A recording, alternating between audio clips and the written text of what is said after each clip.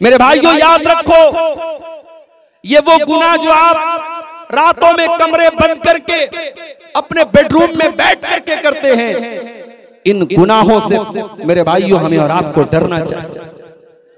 इंसान अगर पब्लिक के सामने, लोगों के सामने बड़ा नेक है, बड़ा मुत्तकी है, बड़ा परहेजगार है, लेकिन अकेले में और तन्हाई में अगर वो गुनाह के काम करता है तो ये बहुत खतरनाक बात है। और ऐसे इंसान की नेकियां कयामत के दिन उसके मुंह पर मार दी जाए। और अहले हदीस का स्टेज है, बगैर दलील के यहाँ कोई बात नहीं कही जाती। आइए मैं दलील आपको सुना देता हूँ। इब्ने माजा की सही रिवायत है, अल्लाह के प्यारे नबी सल्लल्लाहु अलैहि वसल्लम हजरत सौबान रज़ी अल्लाह ताला अन्हु से फरमाते हैं, ऐ सौबान लआलमन्ना अक़वामम मिन उम्मती यातूना यौमल क़ियामा। ऐ सौबान, कयामत के दिन कुछ ऐसे भी लोग मेरी उम्मत के आएंगे जो पहाड़ों के बराबर नेकी लेकर के आएंगे, पहाड़ों के बराबर वो नेकी लेकर के आएंगे। फयजअलु अल्लाहु अज़्ज़ा व जल्ला हबाअम मंसूरा, अल्लाह ताला उनकी नेकियों को बर्बाद कर देगा, उनकी नेकियों को उड़ा देगा, उनकी नेकियों को गर्दो गुबार में तब्दील कर देगा। हजरत सौबान डर गए, कहा अल्लाह के नबी सिफहुम लना वजल्लिहिम लना, अय अल्लाह के नबी जरा और क्लियर करके बता दीजिए, अन ला नकून मिनहुम, ताकि हम उनमें से न हो जाएं, ताकि हम उनमें से न हो जाएं। हजरत सौबान ने ये नहीं कहा कि अल्लाह के नबी वो कौन लोग होंगे, कहा कि अल्लाह के नबी उनकी क्वालिटी बता दीजिए, उनकी सिफत बता दीजिए, ताकि हम उनमें से न हो जाएं। आज हमें दूसरों के छोटे छोटे ऐब नजर आ जाते हैं, अपने बड़े बड़े ऐब पर हम पर्दा डालते हैं। सोशल मीडिया का दौर है, फेसबुक पर बैठ करके कमेंट बाजी करना, दूसरों के कामों पर कीचड़ उछालना, दूसरों के कामों में कीड़े निकालना, दूसरों के सही कामों पर तनकीद करना, यह आज हमारी फितरत बन चुकी है। हम दूसरों के लिए जज बन जाते हैं और अपने लिए वकील बन जाते हैं। माफ करना मेरे भाइयों, ये नबी के सहाबा का तरीका नहीं था। नबी के सहाबा पहले अपने गरेबानों में झांकते थे, पहले अपनी फिक्र करते थे। हजरत सौबान ने कहा, ऐ अल्लाह के नबी पहले बताइए वो कौन लोग होंगे ताकि हम उनकी तरह न हो जाएं। आपने फरमाया, ऐ सौबान वो तुम्हारे ही भाई होंगे, तुम्हारे जैसे नमाज पढ़ने वाले होंगे, रोजा रखने वाले होंगे, रात में इबादत करने वाले होंगे, बस एक बात की कमी होगी, वलाकिन्नहुम इदा खलौ बिमहारिमिल्लाहि इंतहकुहा। पब्लिक के सामने तो बड़े नेक होंगे, हर जलसे में जाएंगे, हर तकरीर सुनेंगे, उलमा से के साथ सेल्फी भी लेंगे, उलमा से मोहब्बत भी करेंगे, बजाय तो बड़े नेक होंगे, बड़े दीनदार होंगे, मगर उनके मोबाइल की ब्राउजर की हिस्ट्री बताएगी, उनके व्हाट्सएप की चैटिंग बताएगी, वो रातों में बैठ करके गंदे काम कर रहे होंगे। वलाकिन्नहुम इज़ा खलौ बिमहारिमिल्लाहि इंतहकुहा, जब वो अकेले में होंगे, जब वो तन्हाई में होंगे तो वो नाजायज काम करेंगे, वो गलत काम करेंगे, वो अल्लाह को नाराज करने वाले काम करेंगे। अपनी तन्हाई को गुनाहों से बचा लो मेरे भाई। दुनिया में हम देखते हैं बड़े बड़े शॉपिंग मॉलों में, रेलवे स्टेशन पर, एयरपोर्ट पर, हर जगह आजकल कैमरा लगा होता है। ये कैमरा क्यों लगा रहता है? इस कैमरे का नाम है सिक्योरिटी कैमरा। ये कैमरा जहां लगा है तो चोर भी चोरी करने से डरता है। किसी लड़की को छेड़ने वाला 1000 बार सोचता है कि नहीं यार कैमरा लगा हुआ है, रिकॉर्ड हो जाएगा। दुनिया में इंसान का बनाया हुआ कैमरा आज इंसान को गलत काम करने से रोक रहा है। इंसान डरता है कि नहीं भाई रिकॉर्ड हो रहा है। मैं कहता हूं ये इंसान का बनाया हुआ कैमरा है, ये तो खराब भी हो सकता है, ये तो बेकार भी हो सकता है। इस कैमरे में जो चीजें रिकॉर्ड हो रही हैं, हो सकता है 1 महीने के बाद वो डिलीट हो जाएं, मगर एक कैमरा ऐसा भी है जो हर चीज को रिकॉर्ड कर रहा है और 24/7 रिकॉर्ड कर रहा है, हर वक्त को रिकॉर्ड कर रहा है।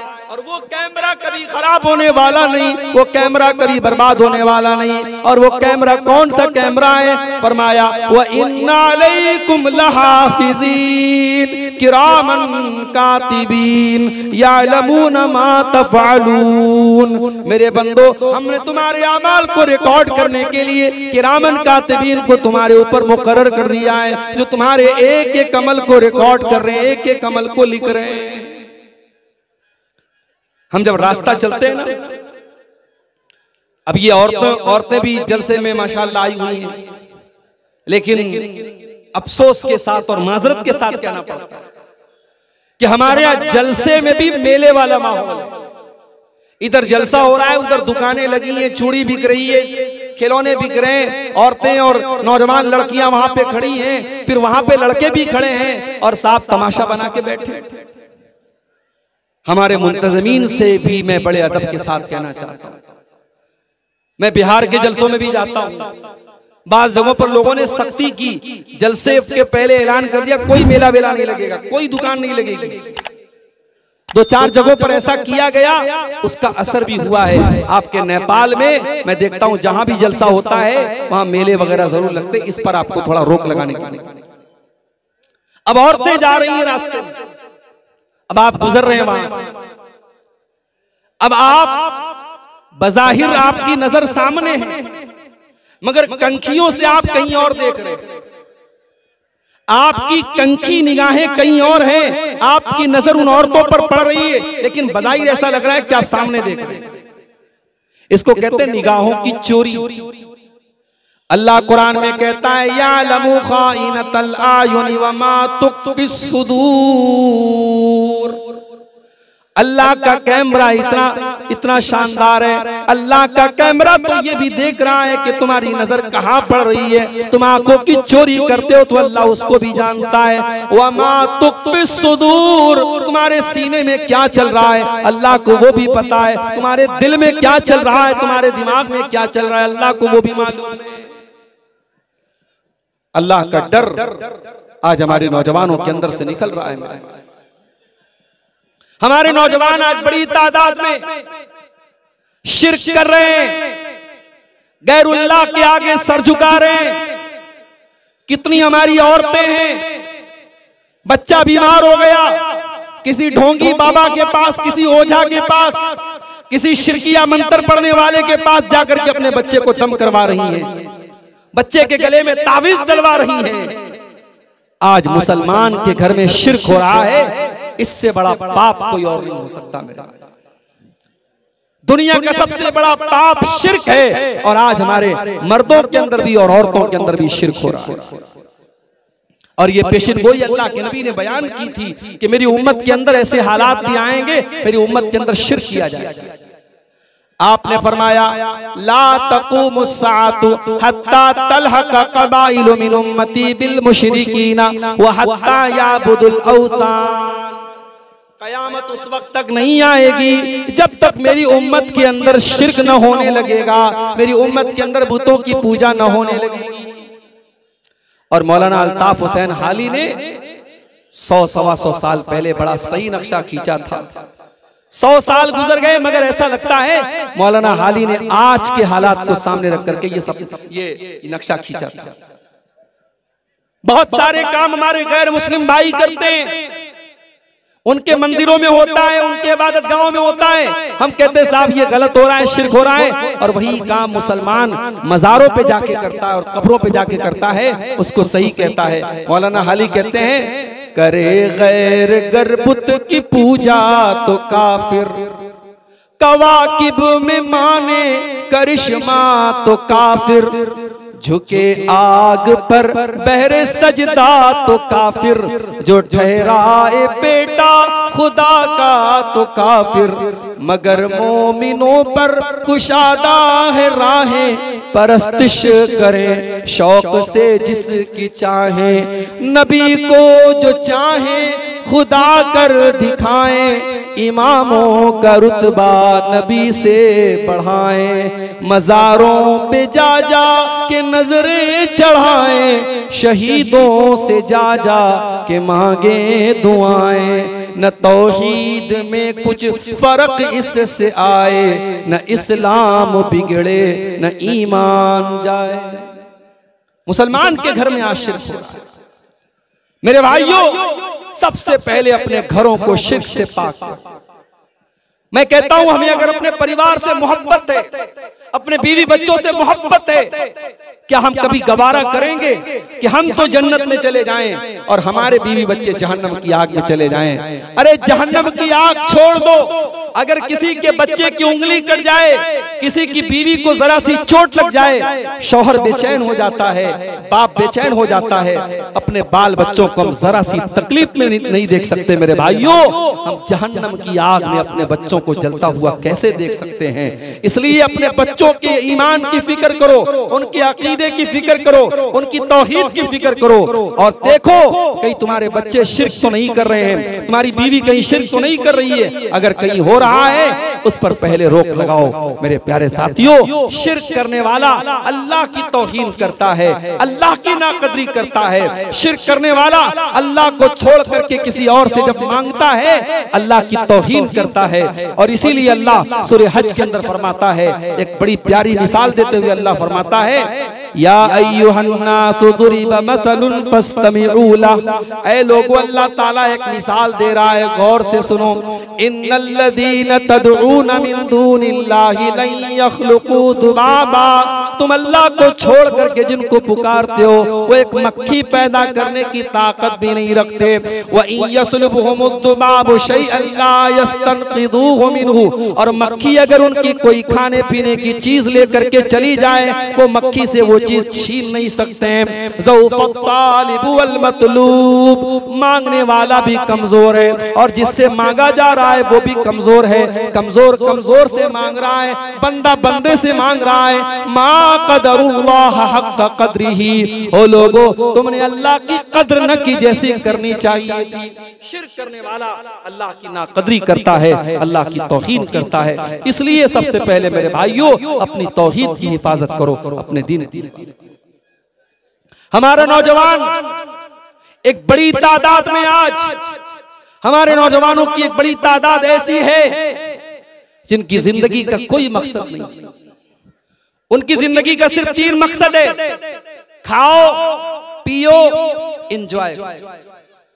खाना पीना और एंजॉय करना, ये जिंदगी का मकसद बना के बैठे हैं। माफ करना मेरे भाई, खाना पीना और एंजॉय करना ये हमारी जिंदगी का मकसद नहीं है। अगर ये मकसद होता तो फिर हमारे और जानवरों के बीच में क्या फर्क है? जानवर भी अपनी शहवत पूरी करता है, जानवर भी खाता है पीता है, और जानवर भी मौज मस्ती करता है। हम इंसान हैं और अल्लाह ने हमें और आपको क्यों पैदा किया?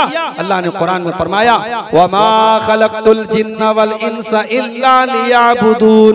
मैंने जिन्नात और इंसान को अपनी इबादत के लिए पैदा किया है। कुल इन्ना सलाती व नुसुकी व महयाया व ममाती लिल्लाहि रब्बिल आलमीन। ऐ नबी, आप बता दीजिए, मेरा जीना और मेरा मरना अल्लाह ताला के लिए है। मैं अल्लाह ताला के लिए जीता हूँ और अल्लाह ताला के लिए मरूंगा। मेरी नमाज अल्लाह ताला के लिए, मेरी कुर्बानी अल्लाह ताला के लिए। मेरे भाइयों, हमारी जिंदगी का मकसद अल्लाह को राजी करना है, और अगर ये मकसद हम पूरा नहीं कर रहे हैं तो माफ कीजिएगा, हमारी जिंदगी बेकार है। दुनिया की हर चीज अपने मकसद को जब पूरा नहीं करती है, हम उसे उठा के फेंक देते हैं, और जो चीज अपने मकसद को समझती है वही कामयाब होती है। कभी आप गौर कीजिए, आप मोबाइल इस्तेमाल करते हैं, मोबाइल पर आप फेसबुक चलाते हैं, मोबाइल पर व्हाट्सएप चलाते हैं, मोबाइल पर वीडियो देखते हैं, मोबाइल पर कैलकुलेटर भी है, मोबाइल पर गेम भी है, मोबाइल पर अला बला बहुत सारी चीजें हैं।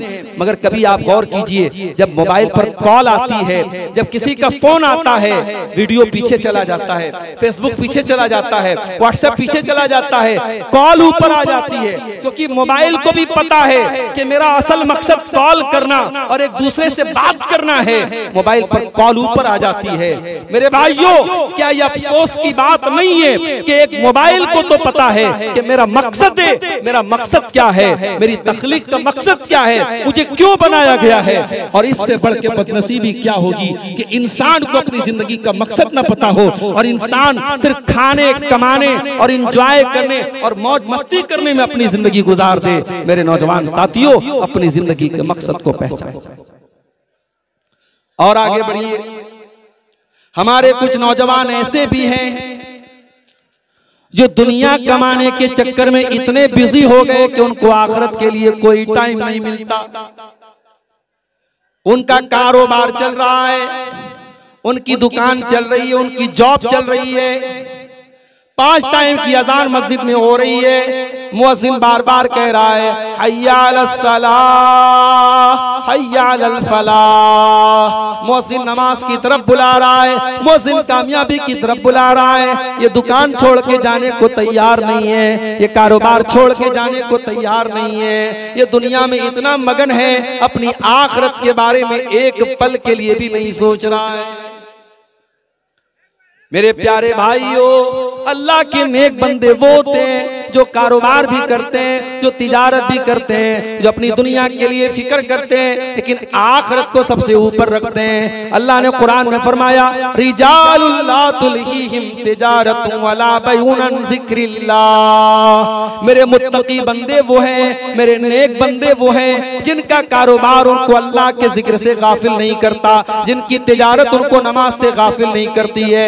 यखाफून यौमन ततक़ल्लबु फीहिल क़ुलूब वल अबसार। वो कयामत के दिन से डरते हैं, वो उस दिन से डरते हैं जिस दिन कलेजे हिल जाएंगे, जिस दिन आंखें अपनी जगह से हट जाएंगी और दिल अपनी जगह से हट जाएंगे। कयामत के दिन का डर अगर दिल में होगा मेरे भाइयों, इंसान आखिरत की फिक्र करेगा। इंसान दुनिया के लिए, दुनिया के अंदर इतना डूब नहीं जाएगा कि आखिरत को भूल जाएगा। आज अफसोस की बात है, हमारे बहुत सारे नौजवान ऐसे हैं, उनके पास दुनिया की बड़ी नॉलेज है, उनसे आप पॉलिटिक्स की बात कर लो, बड़ी नॉलेज है, दुनिया की बातें पूछ लो, बड़ी नॉलेज है, क्रिकेट के बारे में पूछ लो, बहुत जानकारी है, बॉलीवुड की फिल्मों के बारे में पूछ लो, बहुत जानकारी है, मगर नमाज का तरीका पूछ लो नहीं मालूम। कितने नौजवान ऐसे हैं, बाप मर जाए, बाप के जनाजे पर खड़े होकर के जनाजे की नमाज पढ़ने का तरीका भी उनको नहीं आता है, उनको जनाजे की दुआएं भी नहीं आती है। मेरे प्यारे साथियों, इससे बढ़ के बदनसीबी क्या हो सकती है। एक मुसलमान इस कदर दीन से दूर हो, उसे अपने दीन का बेसिक इल्म भी ना हो, इससे बढ़ के बदनसीबी क्या हो सकती है। अल्लाह कुरान में कहता है यालमून ज़ाहिरम मिनल हयातिद दुनिया व हुम अनिल आखिरति हुम गाफिलून। कुछ लोग ऐसे होते हैं जो दुनिया के बड़े जानकार होते हैं, दुनिया की बड़ी नॉलेज उनके पास होती है, लेकिन आखिरत से बिल्कुल दूर होते हैं, बिल्कुल गाफिल होते हैं। और आगे बढ़िए, हमारे नौजवानों में एक बड़ी तादाद ऐसे नौजवानों की भी है जो ज़िनाकारी और बदकारी की गंदगी में मुलव्विस है। और मैं नेपाल की सरजमीन पर बैठकर बड़े बहुत एतमाद के साथ ये बात कर रहा हूं कि आज हमारे नौजवान लड़के और लड़कियों को ज़िनाकारी और बदकारी के गड्ढे की तरफ लेके जाया जा रहा है। मेरे प्यारे नौजवान साथियों, अगर अपने नबी से मोहब्बत करते हो, अगर अपने नबी से प्यार करते हो, तो आपके प्यारे नबी ने 2 चीजों की गारंटी आपसे मांगी है, और इस गारंटी को अगर आपने पूरा कर दिया तो जन्नत की गारंटी दी है। अल्लाह के प्यारे नबी क्या फरमाते हैं, मैं यज़मन ली मा बैन लिह्यैहि व मा बैन रिजलैहि अज़मन लहुल जन्नत। जो मुझे अपनी जुबान की गारंटी दे दे और जो मुझे अपनी शर्मगाह की गारंटी दे दे, मैं उसे जन्नत की गारंटी देता हूं। और अल्लाह के नबी को मालूम था कि जब एक नौजवान जवानी की दहलीज पर पहुंचता है तो उसके जिस्म के अंदर होने वाली तब्दीलियां ये तकाजा करती हैं कि उसकी इस ख्वाहिश को पूरा किया जाए, और इस ख्वाहिश को पूरा करने के लिए इस्लाम ने निकाह का सिस्टम रखा है। इसीलिए अल्लाह के नबी ने नौजवानों को खिताब करते हुए फरमाया या माशर शबाबी मन इस्तता मिनकुमुल बाता फलयतज़व्वज। ऐ नौजवानों, जब तुम शादी के काबिल हो जाओ, जब तुम शादी की जिम्मेदारी उठाने के काबिल हो जाओ तो तुम निकाह कर लो। जब तुम शादी कर लोगे, जब तुम निकाह कर लोगे, फ़इन्नहु अग़ज़्ज़ु लिलबसर व अहसनु लिलफ़र्ज, तो तुम्हारी आंखें झुक जाएंगी और तुम्हारी शर्मगाह की हिफाजत हो जाएगी। ये बहुत बड़ी बात है।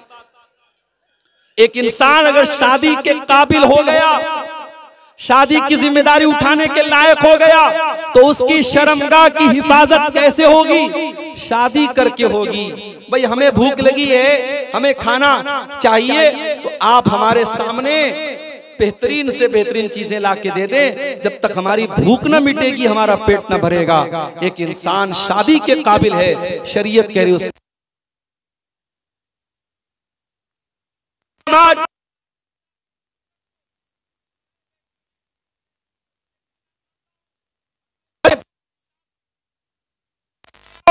ये सहाबा का दौर नहीं है, ये नबी का दौर नहीं है, ये फितनों का दौर है, ये गंदगी का दौर है, ये ज़नाकारी का दौर है। अपने बच्चों और बच्चियों को अगर गंदगी से बचाना है, उनकी सही टाइम पर शादी करो और शादी को आसान करो। ये जहेज की रस्म, ये हल्दी की रस्म, ये मंगनी की रस्म, ये बारात की रस्म, ये लंबे चौड़े खर्च की रस्म, एक दिन की खुशी के लिए लाखों खर्च करने की रस्म, या लड़की का बाप अपनी लड़की की शादी करने के लिए जमीन जायदाद बेच देता है, बैंक से लोन लेकर के शादी करता है और अपने आप को हम अहले हदीस भी बोलते हैं और कुरान और हदीस पर चलने का दावा भी करते हैं। मेरे भाइयों, अगर हम ये दावा करने के बावजूद अगर हमारी शादियों में जहेज का लेन देन हो रहा है, हमारी शादियों में ये रस्म रिवाज बनाए जा रहे हैं, तो माफ कीजिएगा, हम अहले हदीस नहीं हैं। अहले हदीस के नाम पर हम कलंक हैं। अहले हदीस सिर्फ सीने पर हाथ बांधने का नाम नहीं है, सिर्फ आमीन जोर से बोलने का नाम नहीं है, सिर्फ 8 रकात तरावी पढ़ने का नाम नहीं है। अहले हदीस तो उस इंसान को कहते हैं जो अपनी इबादत में, अपने मामलात में, अपने तमाम मामलात में वो किताब और सुन्नत की पैरवी करे। मेरे भाइयों, अपने निकाह को आसान करो, रस्मो रिवाज की बेड़ियों से अपने आप को आजाद करो और अपने बच्चों की सही टाइम पर शादी करो। और शादी की बात आई है तो ये भी आपको बता देना चाहता हूं, शादी में दीनदारी को देखा जाए। मेरी माँ, जब आप बहू तलाश करने जाओ तो आप हूर परी जैसी बहू लाने के बजाय दीनदार लड़की को बहू बना के लाओ। और जब आप अपनी बेटी के लिए दामाद देखने जाओ तो शानदार हवेली देखने के बजाय और बेहतरीन सर्विस और नौकरी और बेहतरीन पैसा देखने के बजाय दीनदारी को देखो। इंशाअल्लाह वो दीनदार लड़का आपकी लड़की को खुश रखेगा और वो दीनदार बहू आपके घर में आकर के आपके घर को रोशन कर देगी। अल्लाह के प्यारे नबी फरमाते हैं, जब औरत का निकाह होता है तो 4 चीजें औरत के अंदर देखी जाती हैं। ले मालिहा वले हसबिहा वले जमालिहा वले दीनिहा, माल देखा जाता है, खूबसूरती देखी जाती है और खानदान देखा जाता है और दीनदारी देखी जाती है। आपने फरमाया फज़फर बिज़ाति दीन तरिबत यदाक, दीनदार औरत को अपने घर में लेके आ जाओ, कामयाब हो जाओगे। दीनदार औरत जब घर में आएगी, सास को माँ का दर्जा देगी, ससुर को बाप का दर्जा देगी, शौहर की खिदमत करेगी, अपने बच्चों की सही तरबियत करेगी और खूबसूरती और आपने रंग रूप देखा होगा, घर में आकर के वो घर का माहौल खराब कर डालेगी, शौहर को बर्बाद कर डालेगी, बच्चों की न सही तरबियत करेगी न घर के अंदर दीनदारी पैदा करेगी। मेरे प्यारे भाइयों, घर के अंदर दीनदार औरत को आप निकाह करके लाइए और जब दीनदार औरत घर में आएगी तो आप याद रखिए, दुनिया की सबसे बड़ी दौलत नेक औरत होती है। अल्लाह के नबी फरमाते हैं, अद-दुनिया मताउन व खैरु मताइ दुनिया अल-मरअतु सालिहा, दुनिया की सबसे कीमती दौलत नेक औरत होती है। और नेक औरत की पहचान क्या होती है? नबी से पूछा गया, अय अल्लाह के नबी, सबसे बेहतरीन औरत कौन सी है, सबसे अच्छी औरत कौन सी है? अल्लाह के नबी ने फरमाया कि बेहतरीन औरत वो है जिसके अंदर 3 चीजें पाई जाती हैं। बेहतरीन औरत की निशानी 3 चीजें हैं। अल्लती तसुर्रुहु इज़ा नज़र व तुतीउहु इज़ा अमर वला तुखालिफुहु फी नफ्सिहा व मालिही बिमा यकरा। बेहतरीन औरत वो है शौहर देखे तो खुश हो जाए। ये जलसे में बन संवर के जा रही हैं, ये शादियों में मेकअप करके जा रही हैं, ये फंक्शंस में ये घूमने फिरने के लिए सज संवर के जा रही हैं और शौहर के लिए कभी अपने आप को सजाया नहीं, कभी अपने आप को संवारा नहीं। अगर ऐसी औरतें ये शिकायत करती हैं कि मेरा शौहर मेरी तरफ ध्यान नहीं देता, मेरा शौहर मुझसे मोहब्बत नहीं करता, मेरे शौहर को मेरी परवाह नहीं है, तो ऐसी औरतों की शिकायत फजूल है। अल्लाह के नबी कह रहे हैं कि शादीशुदा औरत अपने शौहर के लिए मेकअप करे, अपने शौहर के लिए सजे और संवरे। अल्लती तसुरहु इज़ा नज़र, जब शौहर देखे तो खुश हो जाए। और दूसरी चीज क्या है, वह तुतीहु इज़ा अमर, जब शौहर कोई बात कहे तो बीवी बात माने, बीवी शौहर की फरमा बरदार हो।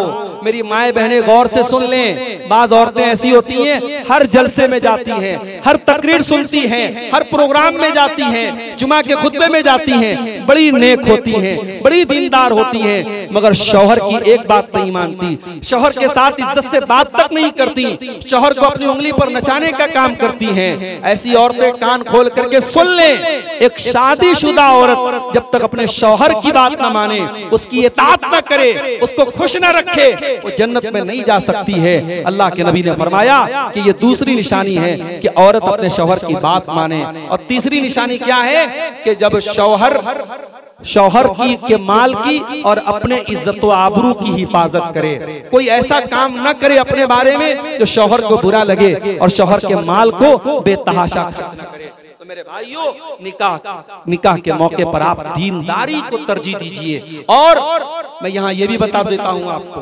बाज लोग क्या करते हैं साहब, बेटी की शादी ऐसे परिवार में करते हैं, लड़का शराबी है, लड़का बदकार है, लड़का कब्र परस्त है, और ये अपनी बेटी की शादी उस लड़के से करता है।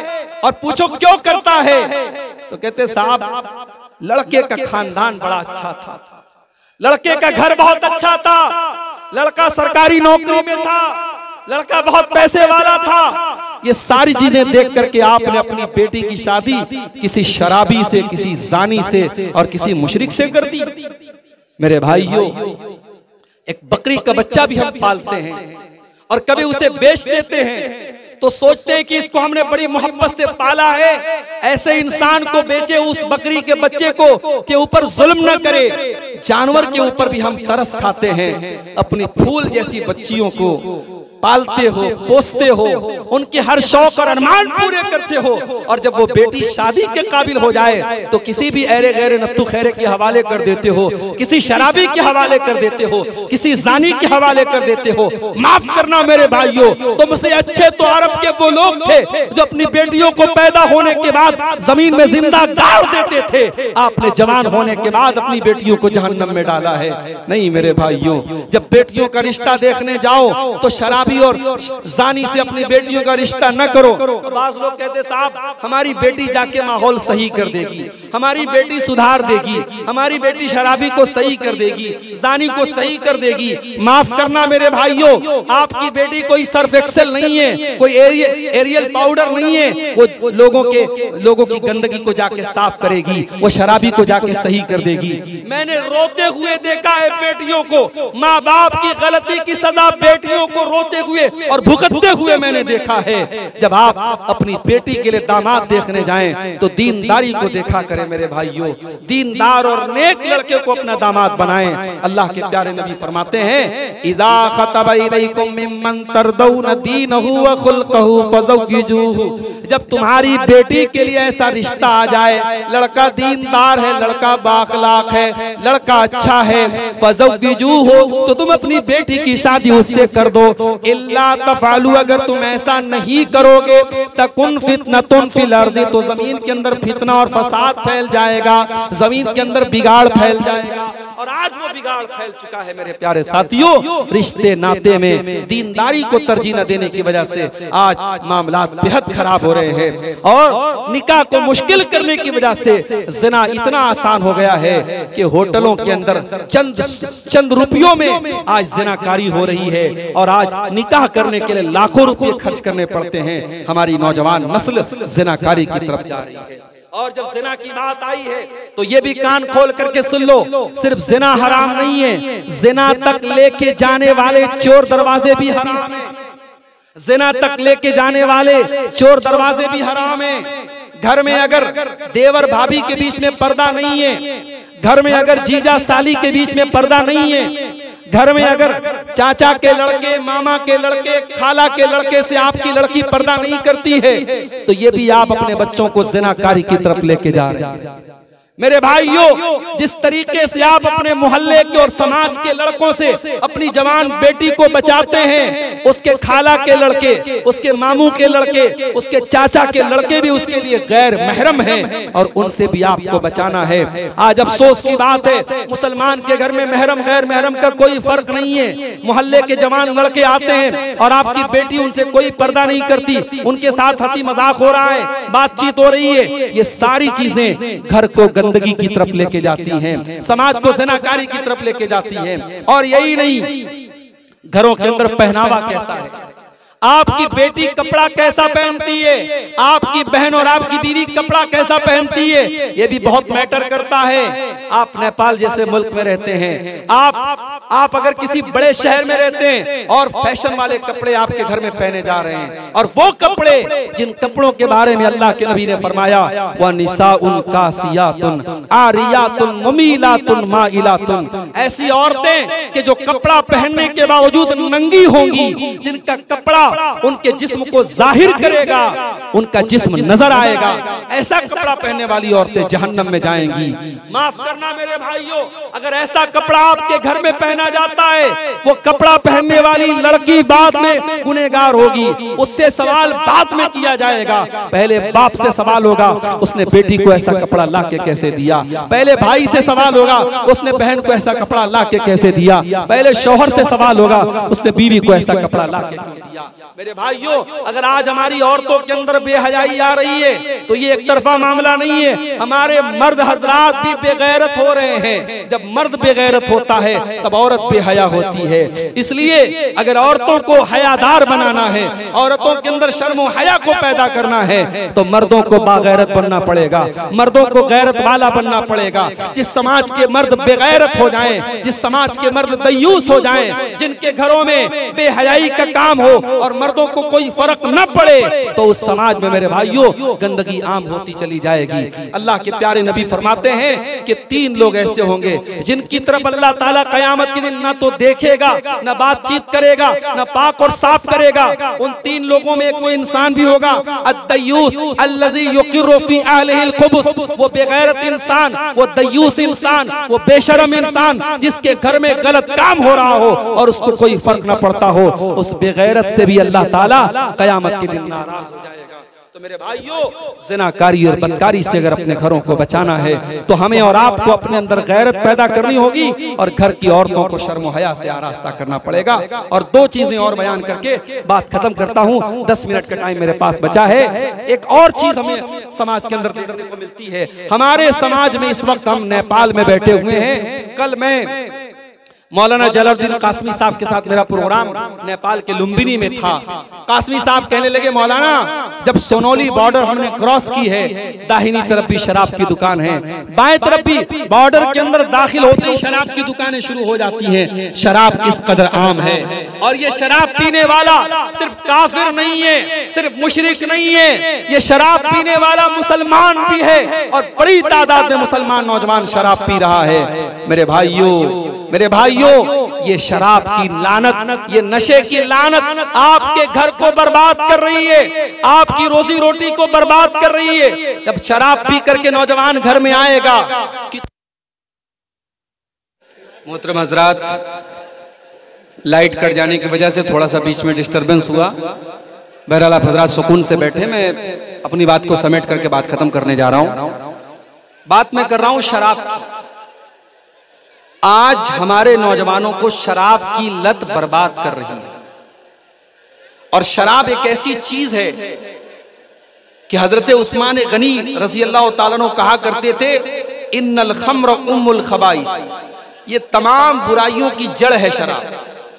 एक इंसान जब शराब पी लेगा वो जिना भी कर सकता है, शराब पी करके इंसान कत्ल भी कर सकता है।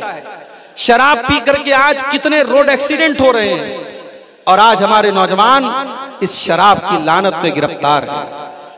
मेरे भाइयों, एक मुसलमान के लिए बस इतना काफी है कि उसके रब ने कुरान में जब शराब को हराम किया तो सिर्फ इतना नहीं कहा कि शराब मत पियो, बल्कि अल्लाह ने क्या फरमाया, या अय्युहल्लज़ीना आमनू इन्नमल खम्रु वल मैसिरु वल अंसाबु वल अज़लामु रिज्सुम मिन अमलिश शैतान। ऐ ईमान वालों, ये शराब और जुआ ये गंदे काम है, ये शैतान के काम है। फजतनिबूहु, तुम इनसे बचो, लअल्लकुम तुफ्लिहून, तभी तुम कामयाब हो सकते हो। इन्नमा युरीदु शैतानु अन युक़िया बैनकुमुल अदावता वल बग़दा फिल खम्रि वल मैसिर व यसुद्दकुम अन ज़िक्रिल्लाहि व अनिस सलाह। शैतान ये चाहता है तुम शराब पी करके और जुआ खेल करके एक दूसरे से लड़ाई करो, एक दूसरे के दुश्मन बन जाओ। और शैतान ये चाहता है तुम शराब के नशे में पड़ करके अल्लाह के जिक्र से और नमाज से दूर हो जाओ। जितनी देर इंसान नशे की हालत में रहेगा वो नमाज से दूर रहेगा, अल्लाह के जिक्र से दूर रहेगा। इसलिए मेरे नौजवान साथियों, शराब को तर्क कर दो, शराब को छोड़ दो, शराब से अपने आप को बचाओ, अपने घर और परिवार को बचाओ। ये ऐसी लत है जो आपके घरों को बर्बाद कर देगी। और अल्लाह के नबी क्या फरमाते हैं, सही मुस्लिम की रिवायत है कि जो इंसान शराब पिएगा, अल्लाह का वादा है, अल्लाह ने अपने जिम्मे वादा करके रखा है कि जो शराब पिएगा यस्क़ियहु मिन तीनतिल खबाल, अल्लाह ताला उसको जहन्नमियों का पीप और मवाद पिलाएगा, उसे जहन्नमियों का गंदा खून पिलाया जाएगा, उसे जहन्नमियों का पीप और मवाद पिलाया जाएगा। आज शराब की ये लानत भी, मैं अभी फ्लाइट से आ रहा था काठमांडू से जनकपुर के लिए, तो मेरे आसपास में दो चार बेवड़े जो है शराबी लग रहा है वो बैठे हुए थे, और शराब की जो गंध होती है, जो महक होती है, वो मुझे परेशान कर रही थी। जो इंसान शराब की महक, जो शराब नहीं पीता है और जो शराब को हराम समझता है, उसे शराब की महक भी बर्दाश्त नहीं होती है। मेरे प्यारे साथियों, अपने ईमान को इतना मजबूत करो कि आपके घर में और आपके परिवार में ये लानत ना आए, और शराब की इस लानत से अपने आप को और अपने घर वालों को बचाओ। और आखिरी चीज यही कहूंगा मेरे भाइयों, अल्लाह ने कुरान के 28वें पारे में हमें और आपको ये पैगाम दिया है, कू अनफुसकुम व अहलीकुम नारा। ऐ ईमान वालों, अपने आप को और अपने घर वालों को जहन्नम की आग से बचाओ। इसका ईंधन इंसान और पत्थर है। अगर हमें और आपको अपने घर परिवार से मोहब्बत है, अपने बीवी बच्चों से मोहब्बत है, और हम उनकी चिंता करते हैं, उनकी फिक्र करते हैं, तो मेरे भाइयों, उन्हें जहन्नम की आग से बचाने की भी हम फिक्र करें। अल्लाह से दुआ करते हैं, रब्बुल आलमीन हमारे नौजवानों की इस्लाह फरमा दे। रब्बुल आलमीन जिन बुराइयों की तरफ इशारा किया गया है, इन तमाम बुराइयों से हमारे नौजवानों की हिफाजत फरमाए। अल्लाह हमारी माओ बहनों की भी इस्लाह फरमा दे। आज की ये पयाम अमन कॉन्फ्रेंस, अल्लाह ताला इसको हुस्न खूबी के साथ अंजाम तक पहुँचाने की हम सबको तौफीक अता फरमाए। अल्लाह हम सबको कहने सुनने से ज्यादा अमल की तौफीक दे। आमीन व आखिर दावाना अल्हम्दुलिल्लाहि रब्बिल आलमीन। वस्सलामु अलैकुम व रहमतुल्लाहि व बरकातुहू।